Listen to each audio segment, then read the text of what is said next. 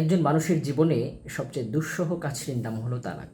যাকে আমি আমার সারা জীবন আপন করে রাখার জন্য বিয়ের সময় ইজাব কবুলের মাধ্যমে আলহামদুলিল্লাহ কবুল এটা বলার মাধ্যমে আমি যাকে আপন করে নিলাম, সামান্য একটি শব্দের কারণেই আমি তাকে আমার জীবন থেকে চিরতরে দূরে সরিয়ে দিলাম।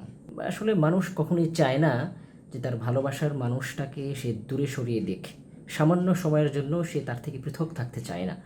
অথচ তালাক এমন একটি দুঃসহ কাজ, অসহনীয় কাজ, যে কাজের কারণে মানুষ তার ভালোবাসার মানুষটাকে একেবারে চিরতরে হারিয়ে ফেলে।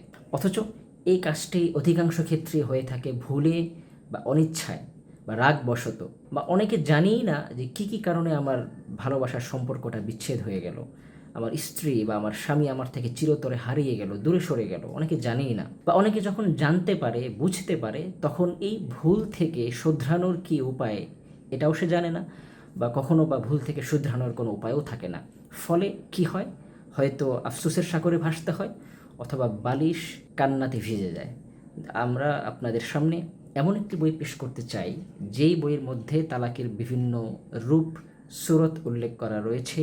যদি কখনো সংসারে কোনো অনাকাঙ্ক্ষিত ঘটনা ঘটে, তাহলে তালাক থেকে দূরে থেকে কিভাবে সেই বিপদগুলোকে, কিভাবে সেই অনাকাঙ্ক্ষিত সমস্যাগুলোকে আমরা দূর করতে পারি, সেসব পরামর্শ আপনারা এই বইতে পাবেন ইনশাআল্লাহ।